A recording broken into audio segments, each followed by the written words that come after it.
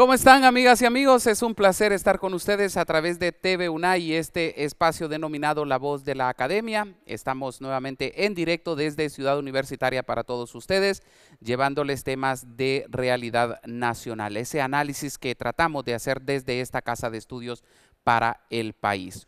Hoy, por supuesto, tenemos que hablar de las elecciones primarias desarrolladas el domingo 9 de marzo en nuestro país, las cuales, pues, a pesar de que en más del 90% de Honduras se llevaron con tranquilidad, pues esas que no se dieron, y sobre todo en Tegucigalpa y San Pedro Sula, fueron las que mancharon este proceso y del cual pues se dieron a conocer una serie de debilidades a las cuales muchos sectores señalan que se deben de fortalecer, pues nos preparamos para un proceso electoral general que se desarrollará en noviembre de este año y buscar el sustituto o sustituta de la actual mandataria de Honduras.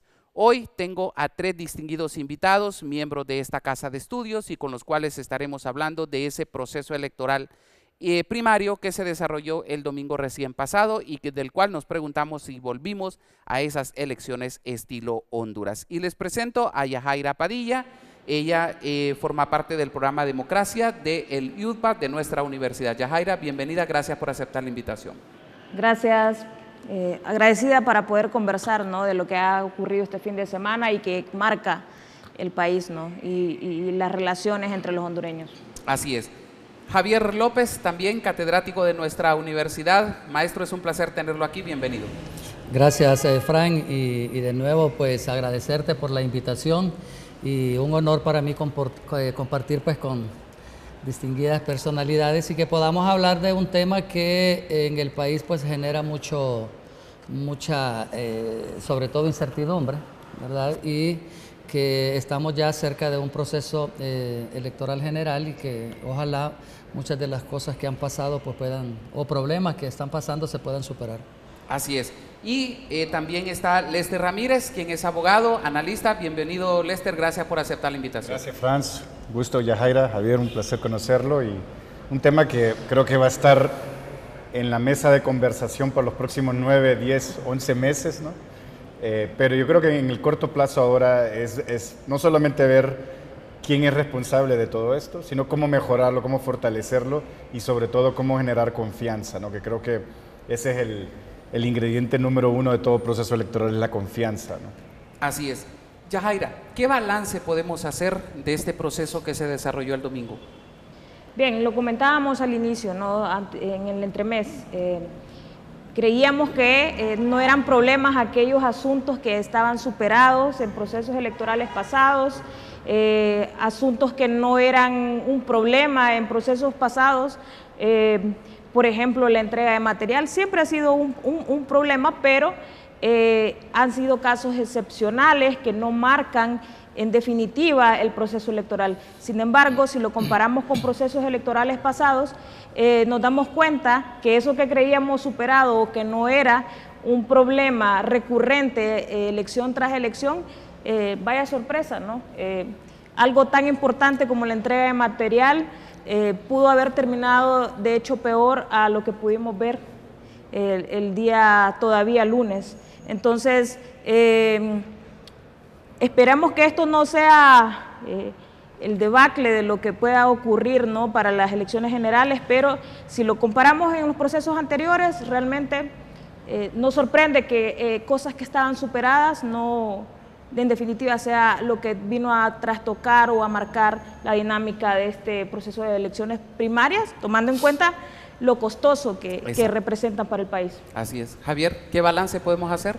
Bueno, voy a iniciar primero con lo que mencionaba Yajaira Padilla, lo costoso, un proceso electoral de 2 millones de lempiras. 2 mil millones, perdón, 2 mil millones de lempiras y al hacer un balance el día siguiente después de las elecciones y sobre todo hoy, yo voy a mencionar un poquito el tema de aquí mismo de la universidad, llegar a las aulas universitarias y encontrar ese descontento, encontrar esa sensación de los estudiantes de que fueron burlados en este proceso electoral en el que se supone y se creía que ya habían muchas lecciones aprendidas, ¿verdad? Y que incluso los problemas que se han presentado ahorita son problemas que no se presentaban antes, ¿verdad? Nunca habíamos tenido nosotros un proceso de elecciones en los que la gente estuviera votando a las 9, 10, 11, 2 de la madrugada, ¿verdad? Sí,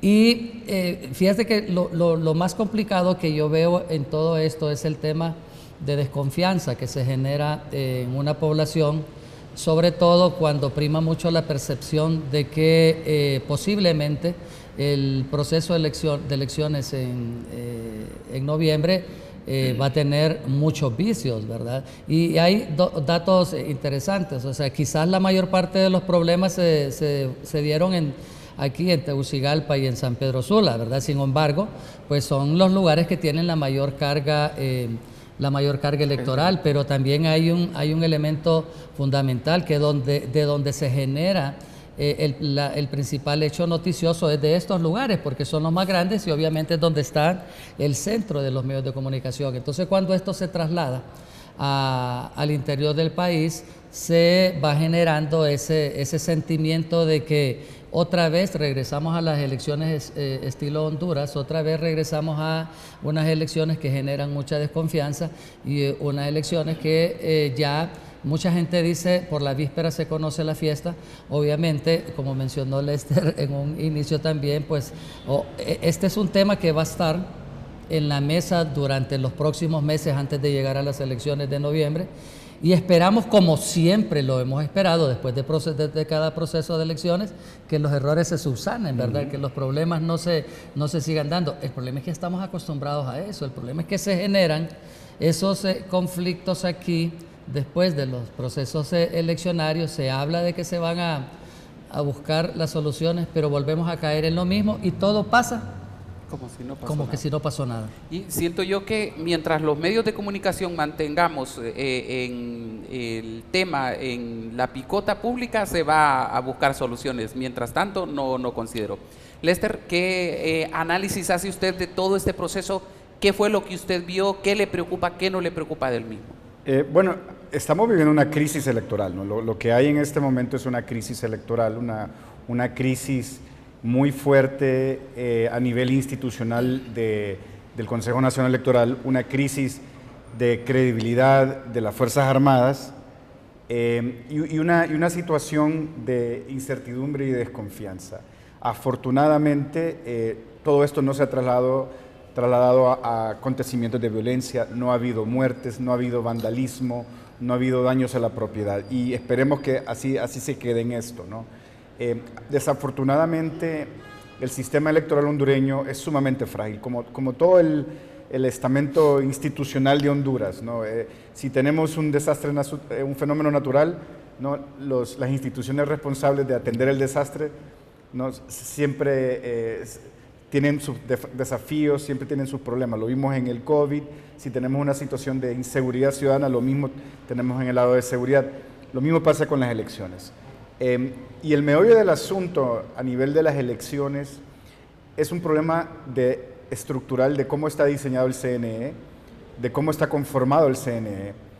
Y esto se lo venimos diciendo ya hartas veces, ¿no? Es decir, este arreglo multipartidario donde las personas que llegan a trabajar, a organizar las elecciones, están en primer lugar para representar los intereses muchas veces ni de partidos políticos, sino de facciones políticas. Entonces, cuando hay estas crisis, donde el ciudadano, la ciudadanía, la población se ve afectada en su derecho a ejercer libre el sufragio, vemos de que la institucionalidad no puede responder justamente por eso, porque está atrapada en esa dinámica de tengo que seguir defendiendo los intereses de mi partido, tengo que seguir defendiendo los intereses de mi jefe político y lo estamos viendo hoy en día. Hoy nos levantamos con una serie de denuncias, de señalamientos entre los consejeros y consejeras y se están viendo de que están saliendo de manera individual a atender medios de comunicación. Eso nos está diciendo que hay una enorme crisis institucional y esa crisis institucional no la van a poder resolver ellos mismos. La tienen que resolver a través de los mismos partidos políticos, pero también sectores externos al sistema político, llámese las iglesias, sector privado, la misma academia. Es decir, este es un tema de interés nacional. Y como digo, afortunadamente no hemos llegado a una situación de violencia, de muertes, de una situación de zozobra social. Esperemos que no lleguemos a eso. Y a mí me parece de que si estas cosas no se corrigen, como dice Javier, sí vamos a ver un contexto muy violento para las elecciones generales. Y esa es mi preocupación. Entonces, debemos mandar un mensaje claro a las autoridades del Consejo Nacional Electoral, a los partidos políticos, que debe haber inmediatamente, a la par de una investigación, un plan de contingencia para el próximo proceso general. Es decir, esto no podemos esperar que esto se olvide, como dice Javier. ¿Por qué? Porque los partidos políticos en este momento, la gran mayoría están muy interesados en los resultados electorales. Pero este tema va a ser la piedra en el zapato para los próximos meses, para la población, ¿no? que está interesada en votar, en decidir su futuro del país, ¿no? ¿Quiénes son los responsables de esta situación? ¿El Consejo Nacional Electoral, las Fuerzas Armadas, los partidos políticos? ¿Dónde ve usted el problema de eso? Este es un problema sistémico. Este es como nuestro cuerpo. Es decir, si nosotros no nos alimentamos bien, vamos a tener problemas renales, vamos a tener problemas intestinales, vamos a tener diferentes tipos de problemas. Lo mismo está sucediendo en este momento en el sistema electoral.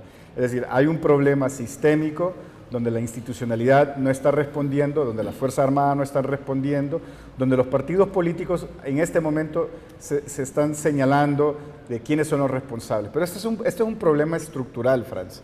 Y lastimosamente, cuando son problemas estructurales como la corrupción, como la violencia, como la inseguridad ciudadana, ahí es donde la voluntad política no llega todavía, ¿no? Entonces, esperemos, ¿no? Yo sigo siendo muy optimista de la democracia hondureña.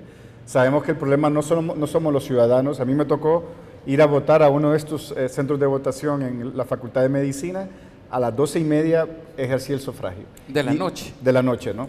Y ahí ordenados todos, no había electricidad en el centro, en el piso donde estábamos. Sin embargo, la ciudadanía no es el problema. Es el sistema electoral como tal el problema, ¿no? Yajaira, ¿dónde cree usted que está el problema? Bien, hay varios factores, desde la aprobación del presupuesto de forma tardía, lo habíamos mencionado en otro espacio, ¿no? Que eso iba a llevarnos a una colisión, digamos, de eventos, pero también una vez que fue aprobado, el Consejo Nacional Electoral también debía responder sobre la organización, la planificación, la logística, las Fuerzas Armadas. Ya lo dicta la Constitución, la ley electoral en su artículo 272 y en la ley electoral en el artículo 6, entre otros tantos que violentan el 44 de la Constitución, que es el derecho de los ciudadanos a votar. Entonces, hay varios responsables, pero sobre todo aquellos encargados de organizar la logística electoral, los asuntos operativos, los asuntos de traslado, distribución, cuidado, seguridad de los materiales electorales, y la universidad particularmente está exigiendo más bien informes que permitan avanzar hacia un proceso electoral en generales, que supere estas dificultades que se han tenido, los obstáculos, pero también los delitos electorales a los que se habrán incurrido una vez que el Ministerio Público dé algunos resultados en las investigaciones que ya se están llevando a cabo. Aquí el héroe por ahora, digamos que fue la población que se mantuvo en las urnas. Sí hubo algunos incidentes de violencia,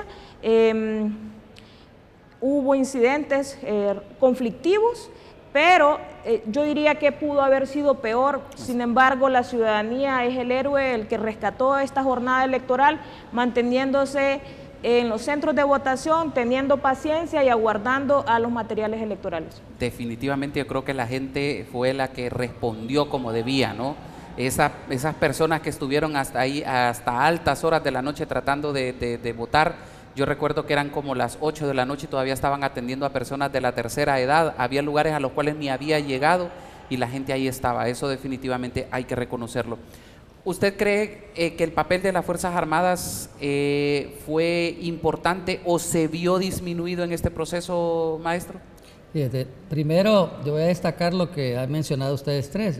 No es culpa de la ciudadanía, sino que al final de cuentas hubo una lección muy grande que dio la ciudadanía, porque En otros escenarios quizás el que no se hubiesen llevado el material electoral posiblemente hubiese provocado hechos violentos. Y en esta oportunidad la gente se mantuvo en los centros de votación y logró estar hasta altas horas de la noche, ¿verdad? Cosas paradójicas que uno dice, al acto de en medio llegaron a las 4 de la tarde, cuando el acto de en medio queda frente al Infob.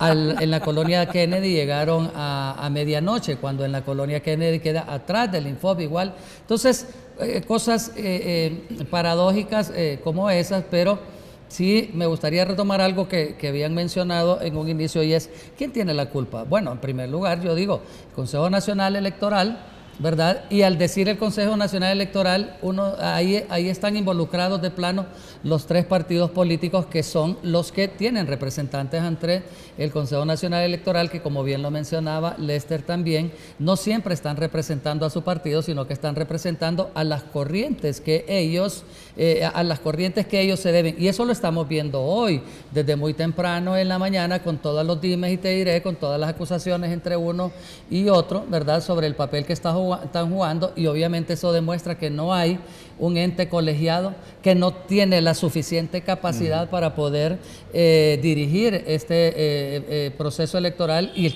para dirigir el proceso electoral que viene. Las Fuerzas Armadas, bueno, Yajaira mencionaba ahorita el artículo constitucional que le da la potestad a las Fuerzas Armadas de transportar, de entregar y de darle la seguridad al material electoral, y obviamente eso no pasó. Y ojo, voy a mencionar algo bien interesante. No se puede tomar con mucha seriedad la respuesta que dio en algún momento el jefe del Estado Mayor Conjunto cuando dijo, bueno, pero esto podría ser tomado como una prueba porque genera suspicacias. ¿Una prueba de qué? ¿Para que no se cometan los errores allá o para ver si algo que se estuvo planificado funcionó o no funcionó? Porque al final las Fuerzas Armadas eran los garantes de que el material electoral llegara, y tal y como lo dice la Constitución de la República, estar hasta el final de que termine todo el proceso también. Y pareciera que casi la mayor parte de todas esas etapas no las vimos nosotros. Yo en el caso personal que le tengo y le he tenido mucho respeto siempre a las Fuerzas Armadas, siento que se han visto como muy ingenuas en el manejo de un proceso electoral que reviste una gran importancia para la sociedad nuestra, porque hay un montón de expectativas que la gente tiene, pero sí siento que aquí hay 2 culpables, 2 en uno y el otro, ¿verdad? 2 en uno, porque está el Consejo Nacional Electoral, que se lleva a los partidos políticos que son a los que ellos están representando ahí, y las Fuerzas Armadas, que verdaderamente no cumplieron su papel. Y mira, el problema es las suspicacias que esto genera. El problema es la percepción negativa que esto genera también, y que muchas veces el tratamiento que se le da incluso a estos temas en los medios de comunicación no se hace con la suficiente capacidad, y muchas veces es como de echar a pelear a uno y otro, y ahí entonces el que finalmente sale perdido es la población como tal, porque se queda con muchas dudas. Y yo espero que haya algún tipo de respuestas a lo que ha pasado aquí, porque si no vamos a seguir siempre con el mismo actuar que ha existido en el pueblo hondureño, ¿verdad? De que los escándalos duran 2, 3 días y que luego después se olviden, y esperar hasta que venga el nuevo escándalo. Y eso ha pasado en todos los procesos últimos electorales que nosotros hemos tenido, y que me digan a mí en cuál de los procesos electorales se ha subsanado alguno de los problemas anteriores, en ninguno. Entonces vamos creando también esa incertidumbre que lleva a la población a decir, ¿y para qué voy a ir a votar entonces? Exacto. Entonces yo siento que la democracia está en un peligro muy grande. Así es. Vamos a hacer esta primera pausa. Al retornar seguimos conversando un poco sobre esto que ha ocurrido en este proceso interno, y luego también estaremos analizando lo que está ocurriendo al interior de cada partido político. aunque básicamente pues ya se han reconocido a los ganadores como Salvador Narrala en el Partido Liberal, Rixi Moncada en el Partido Libertad y Refundación y Nasri Juan Asfura como el candidato del Partido Nacional. Ya volvemos.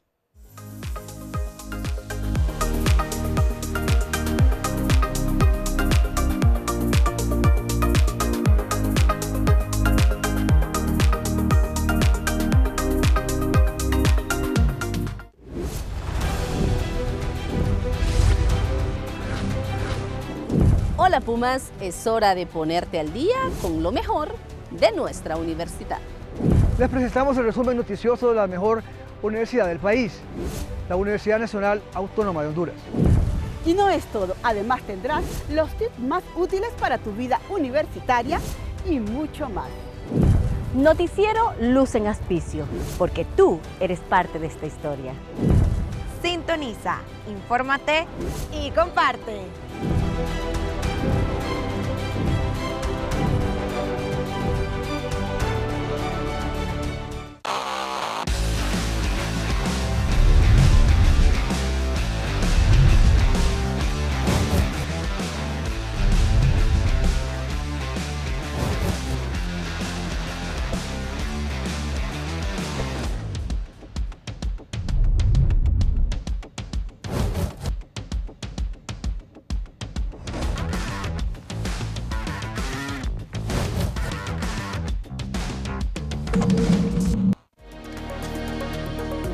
La Universidad Nacional Autónoma de Honduras cuenta con carreras únicas en el país, cuya finalidad es contribuir a la mejora de la calidad de vida de la población hondureña.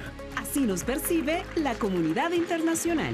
Nos ha dejado una buena impresión porque lo que se percibe es que están trabajando por una educación de calidad. Eso sí, se suscitan muchos intereses porque creemos que los proyectos, los intercambios entre universidades de esta universidad con el resto del mundo, como yo represento de China, entonces esperamos que sea fortalecido aún más los intercambios académicos, culturales, por proyectos específicos que traerán más como intercambio de conocimientos, de experiencias, porque creemos que una universidad de esta índole, de esta altura, están jugando un papel cada día más importante para el desarrollo, para la prosperidad de un país. Matricúlate en la mejor universidad de Honduras. La UNA te espera. Forma parte de la familia Puma. En el plano internacional, la UNA por primera vez en la historia ocupa el primer lugar de universidades centroamericanas en el ranking CIMAGO, ranking que refleja el impacto del conocimiento generado por una institución en la comunidad científica internacional. De esta misma forma, en el año 2019, recibió por parte de HCERES el certificado de acreditación del Alto Consejo de Evaluación de la Investigación y la Educación Superior, convirtiéndose en la primera macrouniversidad de Centroamérica en ser acreditada por el ente francés. Somos UNA. UNA, nueva historia.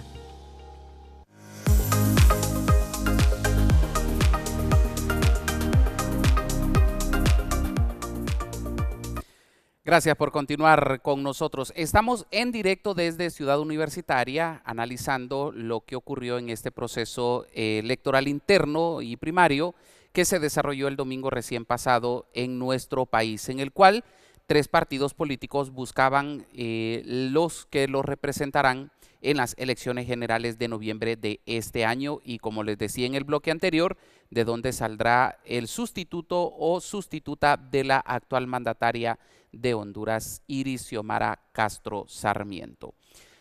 Fue un proceso completamente atípico, casi todo el país fue normal. Sin embargo, el consejero Marlon Ochoa hablaba que en algunos fueron como alrededor de 300 maletas las que no habían podido despachar de Tegucigalpa y San Pedro Sula, y en la cual pues a ellos prácticamente les tocó asumir esa responsabilidad, abocarse a las instalaciones del Infop, donde es normalmente que se mantienen las maletas, y buscar la forma de trasladarlas en algunos vehículos. También escuchábamos ayer el audio del responsable de esto, y él dijo se cambió de camión a unidades de transporte urbano, buses, coaster, lo que más conocemos como coaster, que abunda en la capital. Y estos pues fueron los que en algunos momentos pues se encontraban varados, sin ningún custodio, sin nadie que estuviera cuidando esas maletas, las que al final terminaron llegando hasta 9, 10 de la noche a algunos centros de votación.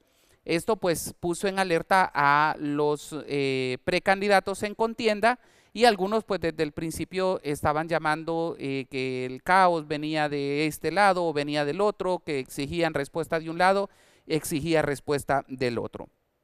Mi pregunta aquí es, ¿se deben deducir responsabilidades? ¿Debe de aplicarse la ley? Porque incluso el fiscal general dijo, vamos a ver, tengo aquí, dice, se comprometió a investigar a fondo cualquier irregularidad ocurrida en las elecciones primarias, e incluso lo vimos un día antes llamando a Salvador Narrala y a Jorge Cálix, porque también hubo un problema ahí con el tema de los biométricos. ¿Se deben de deducir responsabilidades? Maestro, ¿usted qué piensa? Claro, es que mientras no miremos nosotros un ejemplo de una acción que verdaderamente lleve a deducir responsabilidades, vamos a seguir actuando de la misma manera también, pues porque podemos cometer cualquier delito y queda absolutamente en nada.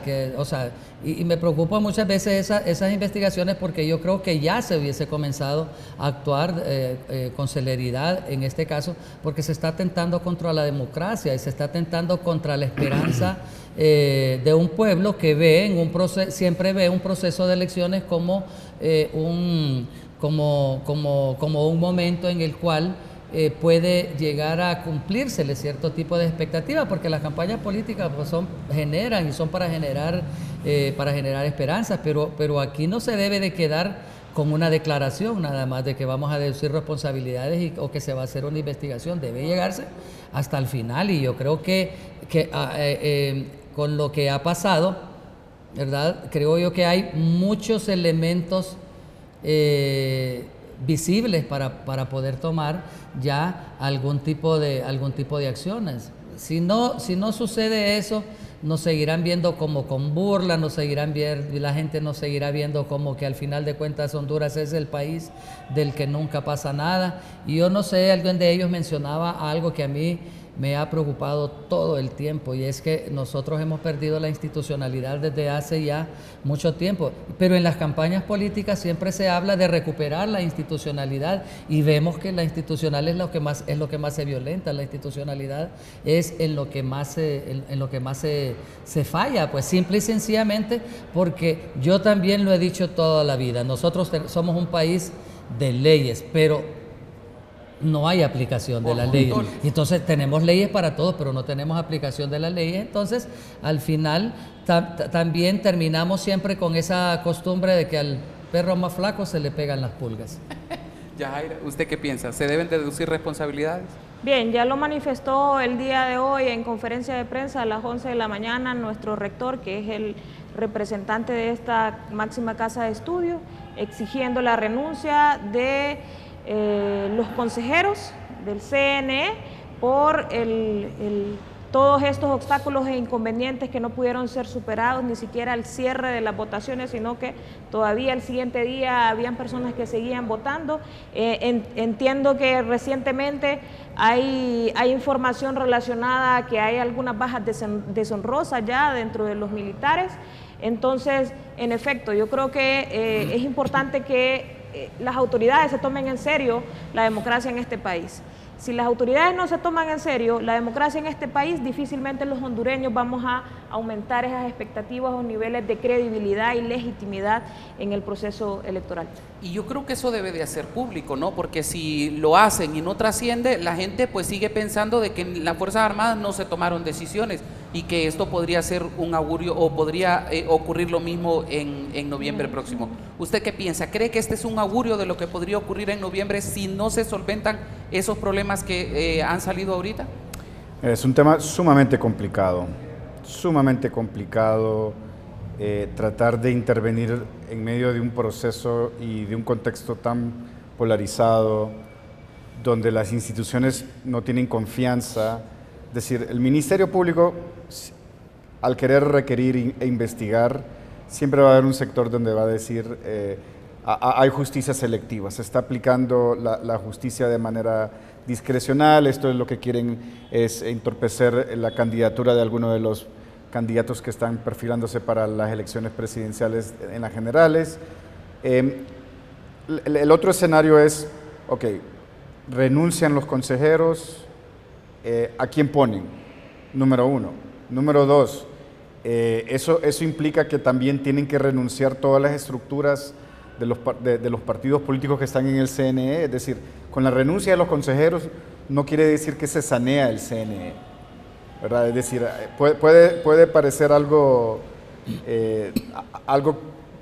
que demanda la población, demanda la opinión pública, pero ojo con eso, ¿no? De que este modelo tripartidista que hay en el CNE de los 3 consejeros se permea en todos los niveles técnicos y administrativos del CNE, es decir, usted va a ver a 3 representantes de los partidos políticos mayoritarios en la parte de logística, usted lo va a ver en la parte de informática, usted lo va a ver en la parte de contrataciones y así sucesivamente. Entonces, es un tema muy complicado.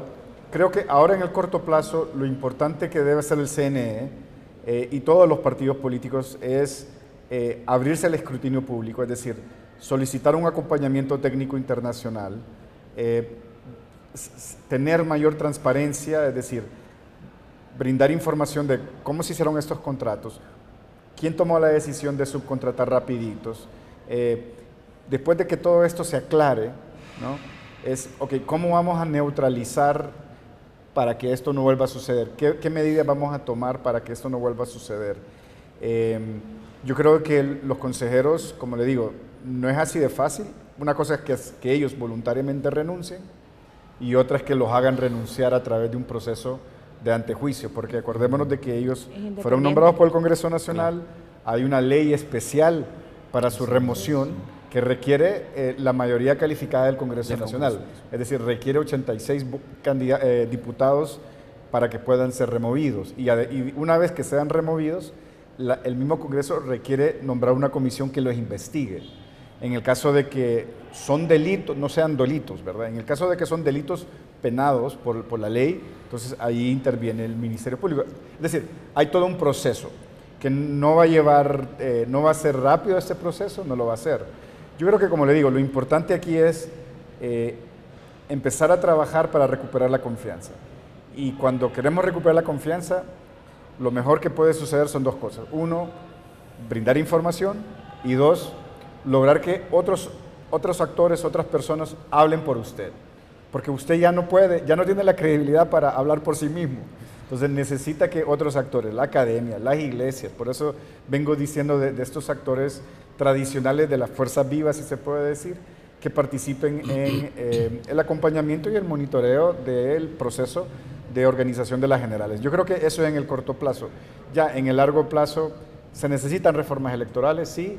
Se necesita, por ejemplo, que dejemos de estar subcontratando servicios de biometría, servicios de transmisión de resultados y que el mismo Estado tenga esto instalado dentro del CNE. Pero para eso se le tiene que dar presupuesto, se le tiene que dar mayor autonomía y eso va en contrasentido con muchos de los intereses políticos partidarios. Es decir, a la hora, como le digo, hay rutas que se pueden tomar, pero la decisión al final, lastimosamente, está en manos de los partidos políticos. Javier. Es que sí, se vuelve complicado porque al final de cuentas los partidos políticos son quienes toman las grandes decisiones, ¿verdad? Entonces, partamos que primero los partidos políticos no van a aceptar que es culpa de ellos lo que está pasando ahorita, obvio. ¿Verdad? Obvio, no van a cargar con esa culpa. De repente, en algún momento se puede deducir responsabilidades de algunas personas a las cuales se les puede comenzar a desligar ¿verdad? Como ha pasado en otros casos, cuando dicen tiraron a tal persona al charco para que limpiar la cara. Pero ahorita que Lester hablaba del tema de las reformas electorales, imagínense ustedes, siempre los partidos de oposición, siendo oposición, pelean y luchan porque se hagan reformas electorales, ¿verdad? Pero cuando ya llegan a ser gobierno, entonces ellos se vuelven en la principal traba para que se hagan las reformas electorales. Y en ese jueguito pasamos años, pasamos proceso electoral y proceso electoral hasta llegar a un punto donde ya nos dicen, bueno, ya va a terminar este gobierno y no hay tiempo ya para hacer reformas electorales, y siempre pasa eso, ¿verdad? Yo digo, reformas estructurales muy grandes en el CNE, reformas en el tema de las mesas electorales. Imagínense ustedes que cómo puede ser posible que hay una gran cantidad de mesas electorales donde el candidato presidencial no tiene ni un tan solo voto. Entonces uno dice, ¿y los representantes de este movimiento dónde estaban? ¿O no tenía? ¿O quién tenía las credenciales de este movimiento? Y ahí está reflejado, ¿verdad?, en muchos de los resultados que se nos han dado. Entonces hay el tema de la segunda vuelta, sobre todo por el hecho de que los que nos llegan a gobernar deben de tener un grado de legitimidad un poquito más amplio, porque imagínense ustedes que llegara a votar un 60%, pero de ese 60%, la persona que gana con un 20, 25, ese 25%, si lo sacamos del total, del 100% total, viene siendo un 12, un 13%, y esa es la legitimidad que tienen las autoridades nuestras. Entonces también se debe de pensar en una segunda vuelta que permita también el reacomodo, digámoslo así, incluso de los partidos políticos, pero no con las negociaciones que se hacen bajo la mesa, sino que pensando en fortalecer la democracia como tal. Pero nosotros estamos cayendo en un momento en que la enfermedad está supurando mucha pus, y si no se toman medidas urgentes vamos a terminar con lo que pasó ahorita, y que también mencionaba Yajaira, que muchos de los problemas que nosotros que pensábamos superados volvieron allá, y entonces siempre estamos dándole a la vuelta al mismo ciclo. No, y yo creo que parte de estos problemas se solventarían que los partidos políticos se hicieran cargo de esas elecciones primarias, ¿no? Desde el punto de vista económico, o sea, que no fuera el Estado el que tenga que pagar esas elecciones primarias. ¿Cuál es su punto de vista sobre este punto que hablamos de si esto es un augurio de lo que va a pasar, o cómo blindar este proceso también para que no llegue a ocurrir en noviembre próximo? Bueno, estas eran las elecciones primarias, es decir, la logística implicaba sí mucho dinero, pero menos actores que los que implicaría un proceso de elecciones generales, por ejemplo, y de repente menos votantes acudiendo a las urnas, porque recuerde que la gran masa, digamos, de personas habilitadas se concentra sobre todo en aquellas personas indecisas, en aquellas personas que se mantienen alejadas de las urnas. No me quiero imaginar cómo sería un proceso de elecciones generales con todas estas personas descontentas de repente en un escenario como el que pasó este fin de semana. Sin embargo, quiero ser optimista y pensar, porque lo he escuchado con amigos, con compañeros, con vecinos que pasan por la calle, y uno alcanza a escuchar que están mucho más motivados a votar en las generales, porque sospechan que de esa forma podrían revertir alguna situación que no les gustó en este primer ejercicio. Entonces yo esperaría que eso ocurra, y que la gente, aún con todo lo que ha pasado, esté todavía motivada para asistir a las urnas y poder hacer que su voz se escuche, aunque sea una vez cada 4 años. Completamente de acuerdo. Fran, fíjate que hay una cosa, uno pensaría que los partidos políticos son bien organizados, ¿verdad? Pero nosotros vimos también que ahorita, llegando ya a los últimos días del proceso electoral, la mayor parte, los 3 partidos políticos andaban como locos buscando de qué manera completar la gente para las mesas, de qué manera completar los custodios, para completar las planillas, porque hubo cambios de última hora. Metiendo gente hasta que ni ellos mismos sabían. Me preguntaba los estudiantes, ¿cómo se puede hacer con esa pregunta que planteabas ahorita para un próximo proceso electoral? Es que los partidos políticos deberían de organizarse bien, ¿verdad? O sea, Aquí, en estas elecciones primarias, todavía 3, 4 días antes del proceso electoral se estaban haciendo cambios, ¿verdad?, en las reglas incluso. Entonces, ¿cómo puede ser posible que las cosas van a ser bien si los principales actores, que son los partidos políticos, están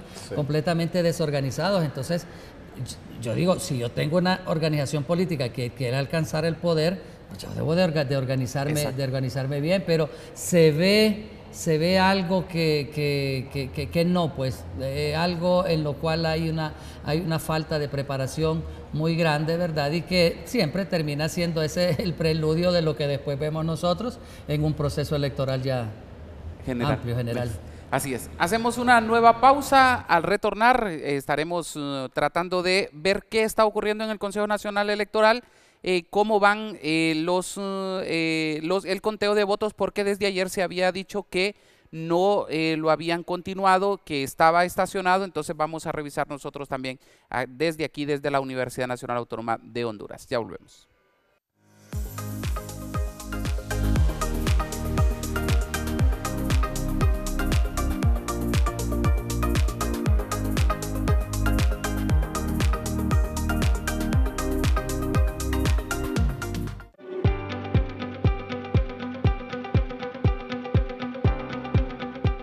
Información de escritores y escritoras hondureñas. Consejos sobre los libros que puedes leer. El análisis literario a cargo de los expertos. Los mejores precios en los productos de la librería universitaria. ¡Diálogos entre libros!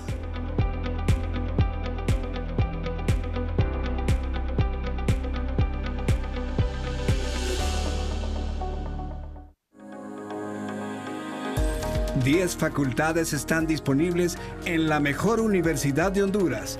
La UNA es la única en el país que oferta carreras de todas las áreas del conocimiento. También trabajamos de la mano con la comunidad internacional para gozar de intercambios científicos y culturales. El gobierno de los Estados Unidos está trabajando muy de cerca con esta universidad tan importante, la UNA, aquí en el país. Vamos a fortalecer más nuestras relaciones porque siempre entre las instituciones académicas debiéramos tener relaciones bastante fuertes y vamos a ayudar con esto. Matricúlate en la mejor universidad de Honduras. La UNA te espera. Forma parte de la familia Puma. Si te interesan los temas de astronomía, astrofísica, arqueastronomía, aeronáutica y tecnología de la información geográfica, puedes visitarnos en nuestra página web cienciasespaciales.na.edu.hn, donde tendrás información acerca de las carreras que ofrecemos, diplomados, cursos aquí en la Facultad de las Ciencias Espaciales en la Universidad Nacional Autónoma de Honduras. En nuestra página web cienciasespaciales.na.edu.hn también encontrarás noticias sobre eventos astronómicos a nivel nacional y en el mundo. También tendrás información adecuada para agendar tu visita al Observatorio Astronómico Centroamericano de Suyapa e incluso los enlaces para nuestras redes sociales. No se te olvide seguirnos.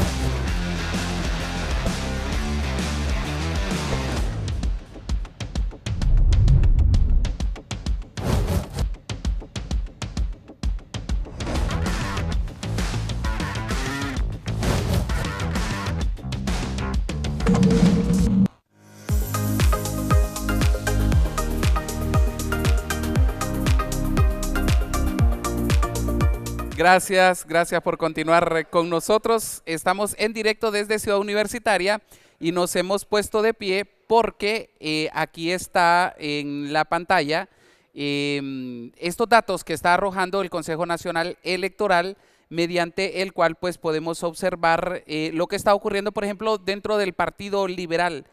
Salvador Narral hasta el momento tiene 151.552 votos, Jorge Calix 76.008 votos, Luis Zelaya tiene 14.216 votos y si me ayudan con el último, doña Maribel Espinosa con 13.031 votos. ¿Cómo vieron esta elección en el Partido Liberal? Les hago esta pregunta porque considero yo que era como donde más dudas había de quién podía ser el candidato de este partido. Hasta el momento, pues, tienen, vamos a ver, votos válidos, 254.807, blancos 13.525 y nulos 8.348. Sí. Es un dato muy interesante. Exacto, exacto. Franz. Los vemos desapercibidos, pero son muy importantes. Porque quisiéramos después comparar esos votos nulos con los de los otros partidos.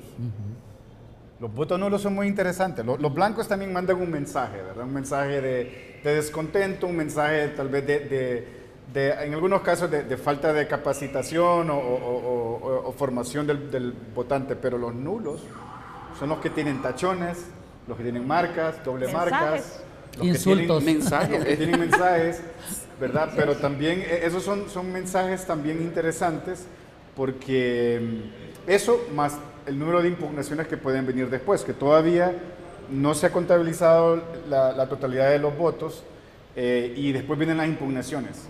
El Partido Libertad y Refundación es, y esto que yo lo vengo estudiando desde ya varios ciclos electorales, es un partido que, como compite mucho, tiene diferentes movimientos, hay muchas impugnaciones. Vamos a ver si eso sucede en este caso, ¿no?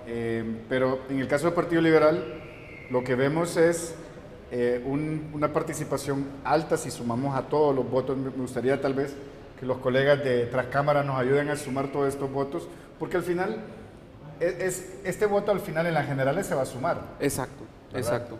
No es que únicamente es Salvador Narrala, sino se suman todos estos votos. Exacto. Y desde ahí esa es como la línea de base, ¿no? Es la línea de base donde el partido va a comprender de que cuánto requiere tener para llegar a alrededor de 1.500.000, 1.700.000, que debería ser la meta de todo partido, al menos a nivel presidencial, para ganar un proceso electoral. Ese es como a donde le están apuntando, 1.500.000, 1.700.000 votantes a nivel de presidencial. Con esos ganan las elecciones.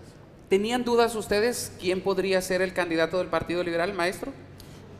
En mi caso personal, yo siempre había planteado, con lo que uno conocía de algunas encuestas e incluso la percepción que había en la gente, yo siempre había planteado que Salvador Narrala le llevaba una ventaja muy, muy grande, tomando en cuenta también que tanto Jorge Cali como Salvador Narrala se cobijaron bajo el liderazgo de una serie de líderes y caudillos departamentales que tienen mucha fuerza, que tienen mucho peso. Digamos, Narrala, que tenía un posicionamiento muy fuerte en la zona de Choluteca, siempre en la zona de Cortés, donde siempre ha sido muy fuerte también. Entonces ahí más o menos se había hecho un balance, y tal vez viendo algunas encuestas que me daba ahí.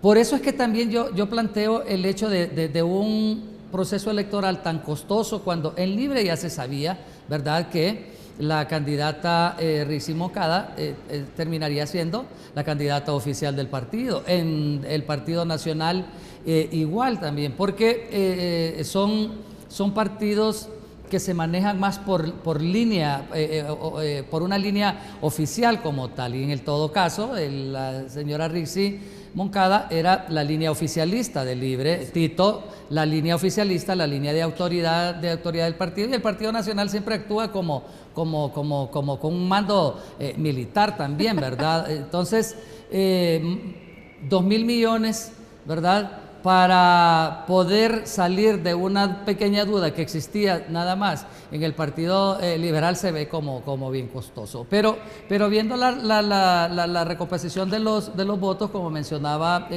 Lester, obviamente esto que se está viendo en las estadísticas acá es como un punto de partida, porque normalmente pues las internas representan el voto duro de los partidos políticos, es como un punto de partida que los va a llevar ahora a ellos a luchar por ese más de 60% de indecisos, más de ese 60% que no quiere participar, porque es muy grande la cantidad de personas que no quieren participar en las elecciones con las que están participando. Y ahí esa es la lucha que viene para estos meses, ¿verdad?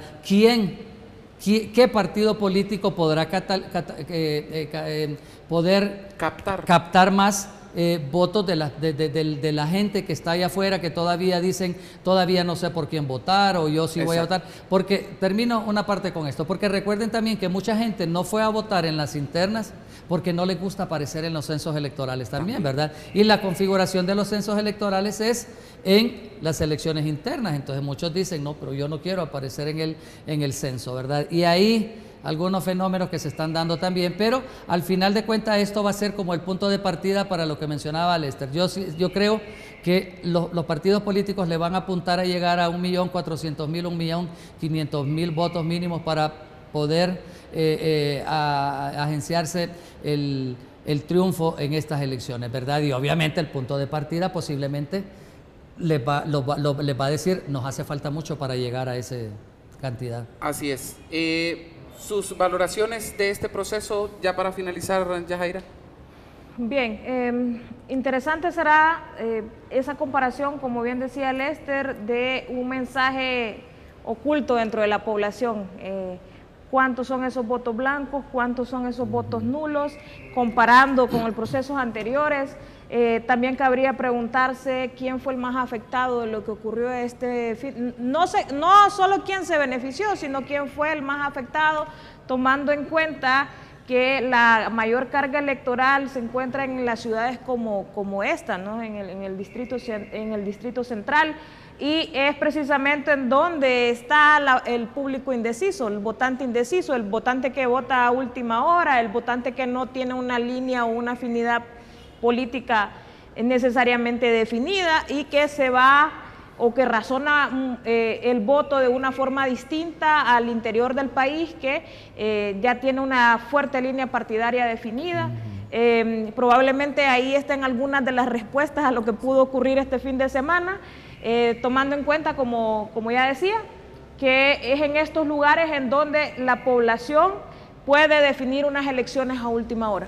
Así es. Solo, compañeros, si me dejan un poquito nada más entre los blancos, los votos blancos y los nulos. Ese es un dato interesante. Exacto, eso le iba a decir. Hay 65.000 casi votos entre blancos y nulos dentro del Partido Libertad y Refundación que reflejan algo. Blancos es un mensaje de inconformidad con la oferta que les está dando. Es decir, es un partido, es